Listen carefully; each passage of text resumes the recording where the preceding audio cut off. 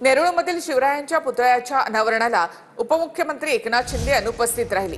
निमंत्रण पत्रिकेमध्ये शिंदेंचे नाव आहे, मात्र पालकमंत्री असताना सुद्धा शिंदेंनी मात्र या कार्यक्रमाला जाणं टाळलंय।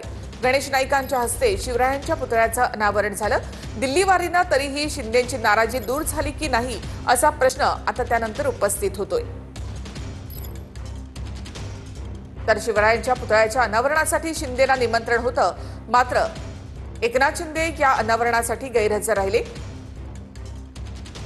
तर निमंत्रण पत्रिकेमध्ये शिंदेंचं नाव होतं, पण त्यांनी इथे जाणं टाळलेलं आहे। खरं तर ठाणे जिल्ह्याचे पालकमंत्री आहेत एकनाथ शिंदे, मात्र तरी सुद्धा त्यांनी या कार्यक्रमासाठी जाणं टाळलेलं आहे। तर बॅनरवर शिंदे आणि नाईकांचे एकत्र फोटो मात्र या ठिकाणी झळकले होते।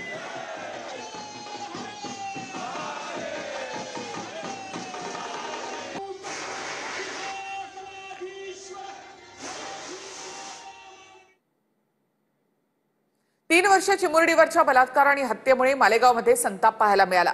मालेगाव कोर्टाचं गेट तोडून जमाव आत शिरला। जमावाला पांगवण्यासाठी पोलिसांनी या ठिकाणी लाठीचार्ज केलाय।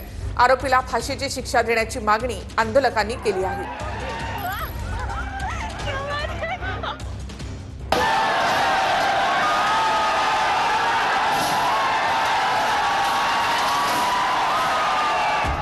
हे मालेगाव कोर्टाचं गेट आहे आणि ते गेट तोडून आत घुसण्याचा प्रयत्न करणारे हे मालेगावचे सामान्य नागरिक आहेत। जनतेचा आक्रोश एवढा होता की त्या आक्रोशापुढे कोर्टाचा गेट टिकला नाही।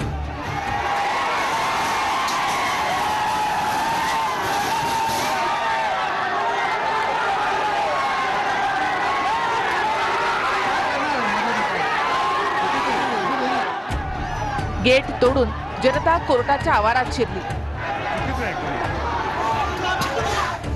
जनतेचा हा आक्रोश चिमुरडीवर बलात्कार करणारा आरोपी विजय खैरनार याच्या विरोधात होता।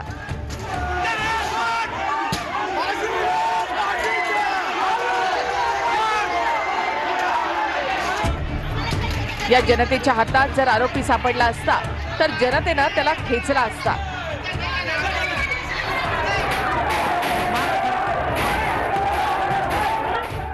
लोकांचा एवढा राग अनावर होण्यामागे घटना देखील तेवढीच भयंकर आहे।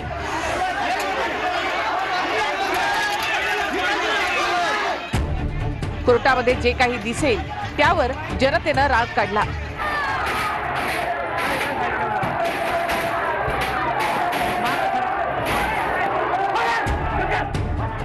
तीन वर्षाच्या चिमुरडीवर बलात्कार आणि हत्येच्या अमानवी घटनेविरोधात जनतेनं संताप व्यक्त केलाय।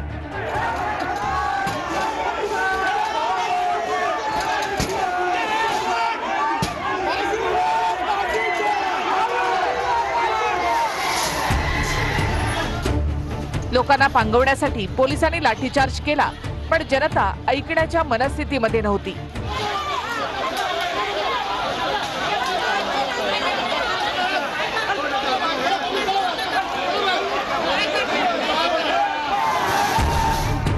बलात्काराच्या आरोपीला कोर्टात आणल्याचं कुणीतरी सांगितलं आणि जमावानं मोर्चा कोर्टाकडे वळवला।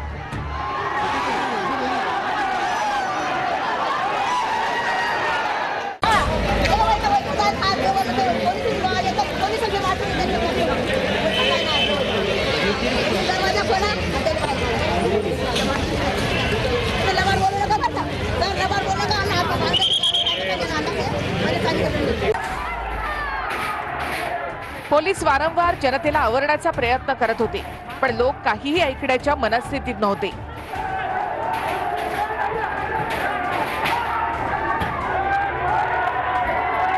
अखेर पोलिसांनी कोर्टाचं गेट बंद केलं, लोकांना बाहेर काढलं, पण मालेगावकरांचा राग शांत होत नव्हता। त्यामुळे जमावाला पांगवण्यासाठी पोलिसांना लाठीचार्ज करावा लागला।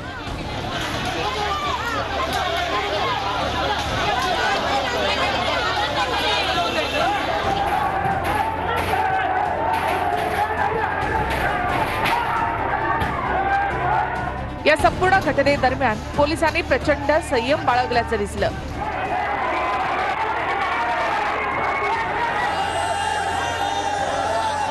मध्येच अफवा पसरली, काही गैरसमज झाला की आरोपीला न्यायालयाच्या आवारात आणलं आहे। त्यातील काही नागरिकांनी कोर्टाच्या आवारामध्ये जाऊन आरोपीकडे धाव घेण्याचा प्रयत्न केला।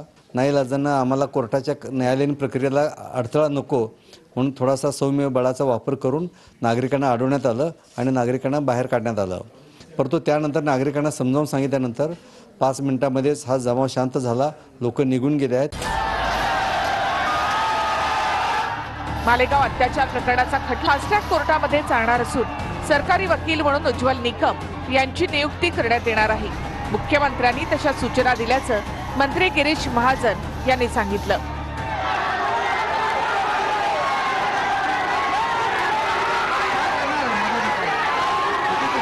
मी लगेच निकम साहेबांची फोनवर बोललो. ते सोलापूरहून बाय रोडकडे येत होते पुण्याकडे आणि मी त्यांना विनंती केली.